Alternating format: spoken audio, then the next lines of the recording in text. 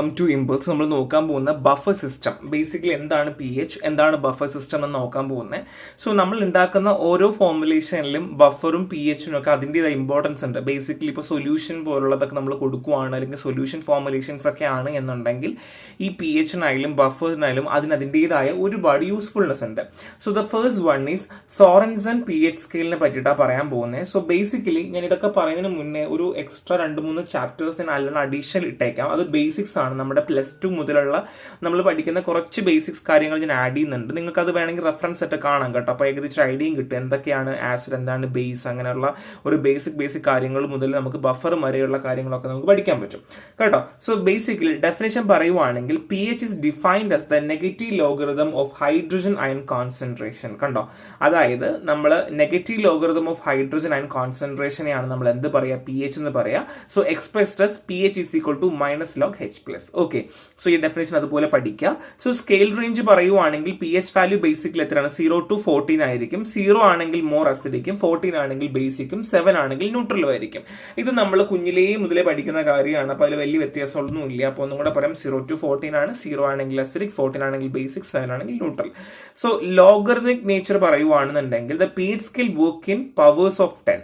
So each unit change represent a 10-fold difference in concentration. അതായത് P H scale work ചെയ്യുന്നത് 10ന്റെ power വെച്ചിട്ടായിരിക്കും. അപ്പോൾ ഓരോ യൂണിറ്റ് ചേഞ്ച് എന്ത് ചെയ്യുന്നത് ഒരു 10 വെച്ചുള്ള ഡിഫറൻസ് നമുക്ക് കാണാൻ പറ്റും. സോ കോൺസെൻട്രേഷൻ 10 വെച്ചുള്ള ഡിഫറൻസിലായിരിക്കും ഓരോന്നിൽ ഉണ്ടായിരിക്കുക എന്നുള്ളത് മാത്രമേ ഉള്ളൂ. So basically P H is equal to -log(H+) ആണ്. 0 to 14, 0 ആണെങ്കിൽ അസിഡിക്, 14 ആണെങ്കിൽ basic, and 10-fold difference in the concentration ആണ് എന്നുള്ളത് മനസ്സിലാക്കാം. സോ ഇത് ഹൈഡ്രജൻ അയൺ കോൺസെൻട്രേഷനും പി എച്ചും കാണിക്കുന്നതാണ്. സോ ബേസിക്കലി H3O+, OH, അതിന്റെ ക്ലാസിഫിക്കേഷൻ അസിഡിക് എങ്ങനെ, ന്യൂട്രൽ എങ്ങനെ, ബേസിക് എങ്ങനെ എന്നുള്ളതിന്റെ H3O+ന്റെ കോൺസെൻട്രേഷൻ എങ്ങനെയായിരിക്കും, OH- കോൺസെൻട്രേഷൻ എങ്ങനെയായിരിക്കും, ആൻഡ് പി എച്ച് എങ്ങനെ ക്ലാസിഫൈ ചെയ്യുന്നു എന്ന് പറയുന്നതിന്റെ ഒരു ക്ലാസിഫൈ ചെയ്യുന്ന ഒരു ജസ്റ്റ് ഒരു ബേസിക് ഭാഗമാണ്. So it's not so important ഞാൻ പറയില്ല, ഇത് ഇമ്പോർട്ടൻ്റ് ആണ്. നിങ്ങൾ പറ്റുവാണെങ്കിൽ പഠിച്ചൊക്കെ വെക്കാം. സോ പി എച്ച് നമ്മൾ എങ്ങനെയൊക്കെയാണ്, എന്തൊക്കെ ഫാക്ടേഴ്സ് ആണ് പി എച്ചിനെ അഫക്ട് ചെയ്യുന്നത്, അല്ലെങ്കിൽ factors affecting P H measurements ആണ്. So the first one is solvent. Water is the standard solvent for P H measurement. Non aqueous solvent may affect reading. അത് നമ്മൾ വെള്ളമാണ്, അല്ലെങ്കിൽ നോർമലി വെള്ളം നമ്മൾ സ്റ്റാൻഡേർഡ് സോൾവെന്റ് ആയിട്ട് നമ്മൾ പി എച്ച് മെഷർ ചെയ്യാൻ ഉപയോഗിക്കുവാണെങ്കിൽ we will get an accurate data. But if you are not using the water as an standard solvent instead of other aqueous solvent ഒക്കെയാണ് നമ്മൾ ഉപയോഗിക്കുവാണെന്നുണ്ടെങ്കിൽ it will affect the reading. So basically നമ്മൾ ശ്രദ്ധിക്കേണ്ട കാര്യം എന്ന് വെച്ചാൽ നമ്മൾ ഉപയോഗിക്കുന്നത് വാട്ടർ തന്നെ ആയിരിക്കണം അതിന്റെ സ്റ്റാൻഡേർഡ് എന്നുള്ളതാണ് ഫസ്റ്റ് തിങ്. രണ്ടാമത് ടെമ്പറേച്ചർ ആണ്. സോ ബേസിക്കലി പി എച്ച് മെഷർമെന്റ്സുകൾ മാറിയും തിരിഞ്ഞും കൊണ്ടിരിക്കാം ടെമ്പറേച്ചർ അനുസരിച്ച്. What we are seeing in the terms of temperature എന്ന് വെച്ചാൽ the standardized at 25 degrees Celsius temperature change and impact P H value. കണ്ടോ, so typically standardize at 25 degrees Celsius ആണ്. നമ്മൾ നോർമലി 25 degrees Celsius ആണ് എപ്പോഴും നമ്മൾ standardised ആയിട്ടുള്ള ഒരു ടെമ്പറേച്ചർ വാല്യൂ പറയുന്നത്. സോ ഈ ഒരു ടെമ്പറേച്ചർ ചേഞ്ച് ഉണ്ടാവുകയാണ് എന്നുണ്ടെങ്കിൽ ഓട്ടോമാറ്റിക്കലി വാല്യൂ ഡിഫറൻസ് ഉണ്ടാകും. പിന്നെ അതർ ഫാക്ടേഴ്സ് പറയുവാണെങ്കിൽ അതർ അയോൺസോ അല്ലെങ്കിൽ വേറെ ഏതെങ്കിലും കോമ്പൗണ്ട്സുകൾ ഉണ്ട് അല്ലെങ്കിൽ പ്രസന്റ് ആണ് എന്നുണ്ടെങ്കിൽ പി എച്ചിന്റെ മെഷർമെന്റുകളിൽ മാറ്റം വരാം. അപ്പൊ സോൾവെന്റ് ഞാൻ പറഞ്ഞു, ടെമ്പറേച്ചർ സോൾവെന്റ് ആണെങ്കിൽ വാട്ടർ, പി എച്ച് എങ്കിൽ 25 degrees Celsius, and other factors ആണെങ്കിൽ വേറെ അയോൺസ് ഒന്നും ഉണ്ടാകാൻ പാടില്ല. സോ ആപ്ലിക്കേഷൻ പറയുവാൻ the first thing solubility and stability ആണ്. സോ പി എച്ച് സോളബിലിറ്റി സ്റ്റെബിലിറ്റിനെ ഹെൽപ്പ് ചെയ്യാറുണ്ട്. രണ്ട് ഡ്രഗ് അബ്സോർപ്ഷൻ ആണ്. നമുക്ക് ഓൾറെഡി അറിയാം നമ്മുടെ ബോഡിയിൽ പല രീതിയിലാണ് നമ്മുടെ നേച്ചർ കാണിക്കുക. ചിലപ്പോൾ അസിഡിസിറ്റി, ചിലടത്ത് ബേസിറ്റി അല്ലെ. അപ്പൊ ഈ ഒരു രീതിയിൽ തന്നെയും ഡ്രഗ് അബ്സോർപ്ഷൻ ഹെൽപ്പ് ചെയ്യാറുണ്ട്. And biological activity for even and every biological activity enzyme have an optimal activity on an specific P H value. അപ്പം അതുകൊണ്ട് തന്നെ ഓരോ പി എച്ചിലും ഓരോ രീതിയിലാണ് എൻസൈംസ് വർക്ക് ചെയ്യുന്നത്. അപ്പൊ അതുകൊണ്ട് തന്നെ അതിന്റെ ഒരു എഫിക്കസിക്ക് വേണ്ടിയിട്ട് എപ്പോഴും പി എച്ച് എന്ത് ചെയ്യാറുണ്ട്, ഹെൽപ്പ് ചെയ്യാറുണ്ട് എന്നുള്ളതാണ്. So next one is P H indicators ആണ് കേട്ടോ. സോ ഇതൊരു കളറമെട്രിക് മെത്തേഡ് എന്ന് പറയാം. So basically P H indicators എന്ന് വെച്ചാൽ നമ്മൾ ഉപയോഗിച്ചുകൊണ്ട് ഒരു കളർ വെച്ചിട്ടാണ് നമ്മൾ എപ്പോഴും ഐഡന്റിഫൈ ചെയ്യുന്നത്. So P H indicator strips ഉണ്ടാവും. നിങ്ങൾ പണ്ട് മുതലേ കണ്ട കാര്യമാണ്, അല്ലെങ്കിൽ നിങ്ങൾക്ക് പണ്ട് മുതൽ അറിയുന്ന കാര്യമാണ് എന്ത് പി എച്ച് ഇൻഡിക്കേറ്റർ സ്കെയിൽ എന്ന് വെച്ചാൽ. ഓൾറെഡി പറഞ്ഞതുപോലെ pH ഇൻഡിക്കേറ്റർ സ്ട്രിപ്സ് ഉണ്ട്, നമുക്ക് കൊമേഴ്സിൽ അവൈലബിൾ ആണ്. നമുക്ക് പെട്ടെന്ന് ഒരു സബ്സ്റ്റൻസിന്റെ pH അറിയാൻ വേണ്ടി നമുക്ക് ഹെൽപ്പ് ചെയ്യാൻ പറ്റുന്ന, അല്ലെങ്കിൽ നമ്മൾ പെട്ടെന്ന് ഹെൽപ്പ് ചെയ്യുന്ന സാധനമാണ് pH ഇൻഡിക്കേറ്റർ സ്ട്രിപ്പ് എന്ന് വെച്ചാൽ. 2 കാപ്പിലേറ്റേഴ്സ് ആണ്. സ്മോൾ വോളിയം സ്റ്റാൻഡേർഡ് സൊല്യൂഷൻസ് ഉണ്ടായിരിക്കും, സോ കാപ്പിലറി ട്യൂബ്സിനകത്ത് ഉണ്ടായിരിക്കും. അത് വെച്ച് നമുക്ക് കമ്പയർ ചെയ്തുകൊണ്ട് നമുക്ക് എന്ത് ചെയ്യാൻ പറ്റും, കാപ്പിലേറ്റേഴ്സ് വെച്ച് നമുക്ക് ഉപയോഗിക്കാനായിട്ട് പറ്റും. 2 കമ്പാരറ്റേഴ്സ് ആണ്. So comparators large volume standard solution ഉണ്ടല്ലോ, സ്മോൾ വോളിയം ആണെങ്കിൽ കാപ്പിലേറ്റേഴ്സും ലാർജ് വോളിയം ആണെങ്കിൽ കമ്പാരറ്റേഴ്സും ആയിരിക്കും ഉണ്ടാവുക. സോ ടർബിഡിറ്റിയും കളർ സാമ്പിളും വെച്ച് നമ്മൾ ഐഡന്റിഫൈ ചെയ്തുകൊണ്ട് നമ്മൾ കമ്പാരിസൺ ചെയ്യുന്നു എന്നുള്ളതാണ് കേട്ടോ. നമുക്ക് ഓൾറെഡി സ്റ്റാൻഡേർഡ് സൊല്യൂഷൻസ് ഉണ്ടായിരിക്കും, അതിന്റെ കൂടെ നമ്മൾ മറ്റുള്ള സാധനങ്ങൾ വെച്ച് നമ്മൾ കമ്പയർ ചെയ്യുന്നു എന്നുള്ളതാണ്. So that's why it's called as colorimetric method. So നിങ്ങളൊരു കാര്യം ചെയ്യേണ്ടത്, റെഫറൻസ് ടെക്സ്റ്റ് ബുക്കിൽ കുറച്ച് ആവശ്യമായിട്ടുള്ള കാര്യങ്ങൾ നമ്മൾ എക്സ്ട്രാ കൊടുത്തിട്ടുണ്ട്, അതും കൂടെ നിങ്ങളൊന്ന് വായിക്കുക. ബേസിക് പ്രിൻസിപ്പിൾ ഇത്രയുമാണെന്നുള്ളത് മനസ്സിലാക്കി വെക്കുക. സോ കളറിമെട്രിക് pH മെഷർമെന്റ് പ്രോസസ് എങ്ങനെയാണെന്ന് പറഞ്ഞുതരാം. സോ നമ്മൾ ഓൾറെഡി 3 മെത്തേഡ് എന്താണെന്ന് പറഞ്ഞു, ഇനി അതിന്റെ പ്രോസസ് എങ്ങനെയാണെന്ന് പറയാൻ പോകുന്നത്. The first one is standard solution prepare ചെയ്യുക. Create buffer solution with known pH value 3.0 to 11.0. So 3.0 to 11.0 വരെയുള്ള ഒരു നോൺ സൊല്യൂഷൻ ഓഫ് pHന്റെ ബഫർ ക്രിയേറ്റ് ചെയ്ത് വെക്കുക.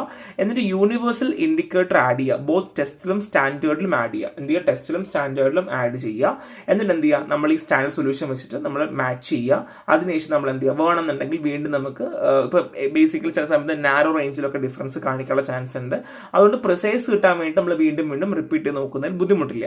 ഒരൊറ്റ കാര്യം മാത്രമേ ഉള്ളൂ, ബഫർ സൊല്യൂഷൻ നമുക്ക് അറിയുന്നുള്ള pH വാല്യൂ നമ്മൾ ബഫർ സൊല്യൂഷൻ ഉണ്ടാക്കി വെക്കുക എന്നുള്ളത് മാത്രമേ ഉള്ളൂ. ബാക്കി ഫുള്ള് യൂണിവേഴ്സൽ ഇൻഡിക്കേറ്റർ ഉപയോഗിച്ചുകൊണ്ട് നമ്മൾ സ്റ്റാൻഡർഡൈസേഷൻ ചെയ്യുന്ന രീതിയാണ് കേട്ടോ. So next one is electrometric pH measurement ആണ്. സോ ഇലക്ട്രോമെട്രിക്, സോ അവിടെ എന്തോ ഉപയോഗിക്കുന്നുണ്ട് അല്ലേ. സോ ബേസിക് പ്രിൻസിപ്പിൾ എന്ന് വെച്ചാൽ പൊട്ടൻഷ്യൽ ഡിഫറൻസ് അറിയുക എന്നുള്ളതാണ്. എന്താണ് പൊട്ടൻഷ്യൽ ഡിഫറൻസ് അറിയുക എന്നുള്ളതാണ്. ഇനി എങ്ങനെയാണ്, സോ ബേസിക്കലി ഈ പൊട്ടൻഷ്യൽ ഡിഫറൻസിനെയാണ് നമ്മൾ മെഷർ ചെയ്യുന്നത്. എവിടെ, between glass electrons and solution. കണ്ടോ, ഗ്ലാസ് ഇലക്ട്രോഡ്സിലും സൊല്യൂഷനും ഇടയിലുള്ള പൊട്ടൻഷ്യൽ ഡിഫറൻസിനെയാണ് നമ്മൾ മനസ്സിലാക്കുന്നത്. Measures potential difference between glass electrodes and solution.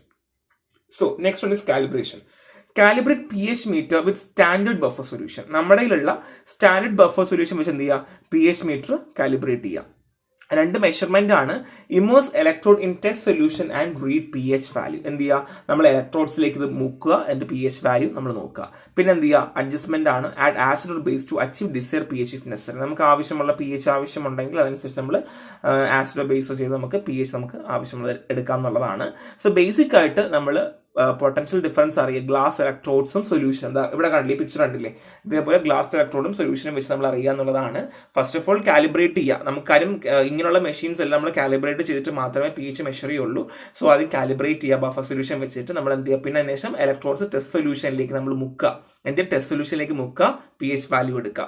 അതിനുശേഷം നമുക്ക് എന്ത് ചെയ്യാൻ പറ്റും, ആസിഡോ ബേസ് ചെയ്ത് നമുക്ക് ആവശ്യമുള്ള pH അനുസരിച്ച് നമുക്ക് എന്ത് ചെയ്യാൻ പറ്റും, അഡ്ജസ്റ്റ്മെന്റ് ഒക്കെ ചെയ്യാം. അതിലൊരു പ്രശ്നമുള്ള കാര്യമാണ് ഇത്. സത്യം പറഞ്ഞ എക്സ്ട്രാ പോയിന്റ് ആണ്. നമുക്ക് ഈ ഒരു മെഷർമെന്റ് വരെ നമുക്ക് ആവശ്യമേ ഉള്ളൂ എന്നുള്ളതാണ്.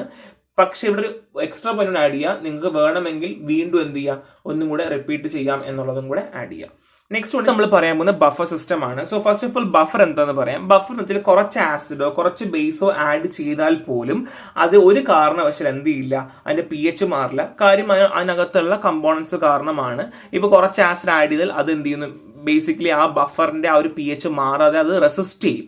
അല്ലെങ്കിൽ ആ ബഫറിന്റെ ആ ഒരു എന്താണോ കറണ്ട് pH അത് മാറാതിരിക്കാൻ വേണ്ടി റെസിസ്റ്റ് ചെയ്യുന്നതിനാണ് നമ്മൾ ബഫർ എന്ന് പറയാം. സോ ബഫർ ഒരുപാട് ഹെൽപ്ഫുൾ ചെയ്യുന്നുണ്ട്, നമുക്ക് ഒരുപാട് ഇത് ഹെൽപ്പ് ചെയ്യുന്നുണ്ട്. നമ്മുടെ പാർട്ട് 2 ഉണ്ട് കേട്ടോ ക്ലാസ്. അപ്പോൾ അതും കൂടെ ആകുമ്പോൾ നിങ്ങൾക്ക് ഏകദേശം ഒരു ഐഡിയ കിട്ടും. അതും കൂടെ കേട്ടാൽ മാത്രമേ ഈ ഒരു ബഫേഴ്സ് നിങ്ങൾക്ക് പഠിക്കാൻ പറ്റുള്ളൂ. അപ്പോൾ ഡിഫറെന്റ് ടൈപ്പ് ഓഫ് ബഫേഴ്സ് ആണ് ഞാൻ താഴെ പറയുന്നത്. Basically, weak acid and conjugate base. Example, acetic acid and sodium acetate.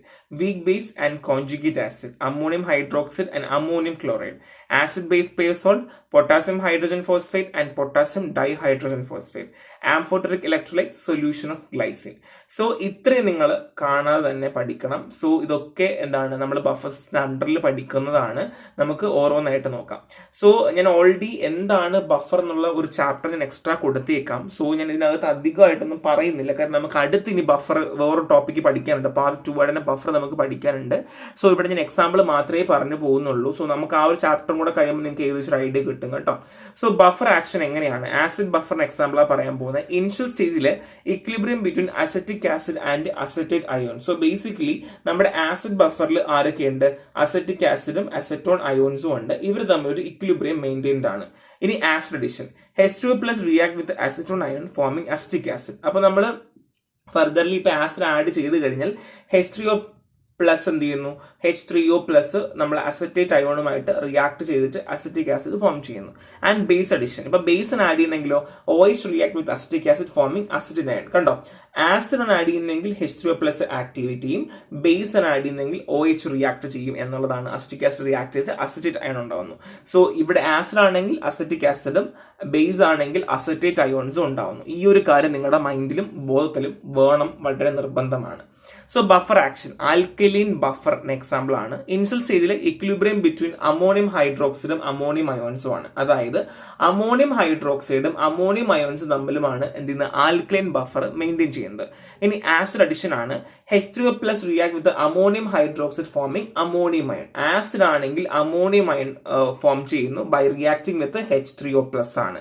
Base addition ആണെങ്കിലോ OH എന്ത് ചെയ്യുന്നു, റിയാക്ട് ചെയ്യുന്നു, അമോണിയം അയോണുമായിട്ട് OH റിയാക്ട് ചെയ്യുന്നു, അങ്ങനെ അമോണിയം ഹൈഡ്രോക്സൈഡ് ഫോം ചെയ്യുന്നു. ബേസിക്കലി ബഫർ എന്ന് വെച്ചാൽ കുറച്ച് ആസിഡോ കുറച്ച് ബേസോ ചേർത്താൽ തന്നെയും എന്ത് ചെയ്യില്ല, ഒരു കാരണവശാലും pH മാറില്ല. ഇതാണ് ബേസിക് ആയിട്ടുള്ള ഒരു principle. Next one is ampholytic substance in buffer system. So buffer system ampholytic substances ഉണ്ട്. എന്താണ്? So dual nature. Ampholyte can act both acid and base like glycine. So ampholyte-ന് dual nature action ഉണ്ട്. അതായത് ഒരേ സമയത്ത് acid ആയിട്ടും ഒരേ സമയത്ത് base ആയിട്ടും ഇരിക്കാൻ പറ്റും. ഗ്ലൈസീൻ എങ്ങനെയാണോ ആസിഡും ബേസുമായിട്ട് ഒരേപോലെ ഇരിക്കുന്നത് അതുപോലെ. രണ്ട് ഇക്വിലിബ്രിയം ആണ്, form zwitterion or dipolar ion in solution. Basically സൊല്യൂഷനിൽ ഡൈപോളർ അയോൺസോ അല്ലെങ്കിൽ സിട്രോ അയോൺസോ ആയിട്ടോ ഇരിക്കാറുണ്ട്. ഇനി ബഫർ ആക്ഷൻ പറയുവാണെങ്കിൽ H3O+ ആയിട്ടും OH-ഉമായിട്ട് എന്ത് ചെയ്യാറുണ്ട്, റിയാക്ട് ചെയ്യുന്നുണ്ട്. അപ്പൊ ഞാൻ ഓൾറെഡി പറഞ്ഞു ആസിഡ് ആയിട്ടും ബേസ് ഇട്ടിരിക്കാൻ പറ്റും. സോ നമുക്ക് ഓൾറെഡി അറിയാം, ആസിഡ് ആണെങ്കിൽ H3O+, ബേസ് ആണെങ്കിൽ OH നമുക്ക് അറിയാം, ഇപ്പോൾ ഓൾറെഡി പഠിച്ച കാര്യമാണ്. അപ്പൊ അതുകൊണ്ട് രണ്ടുമായിട്ട് ഇരിക്കാനായിട്ട് റിയാക്ട് ചെയ്യാനായിട്ട് പറ്റും എന്നുള്ളതാണ്. So buffer capacity and its importance ആണ്. മിക്ക 2 മാർക്കിനൊക്കെ ചോദിക്കാനുള്ള ചാൻസ് ഭയങ്കര കൂടുതലാണ്. എന്താ buffer capacity? Amount of acid or base required to produce a unit change in pH. അതായത് ഞാൻ ഓൾറെഡി നമുക്കറിയാം ബഫർ എന്ന് വെച്ചാൽ റെസിസ്റ്റൻസ് ഓഫ് pH ആണ് അല്ലേ.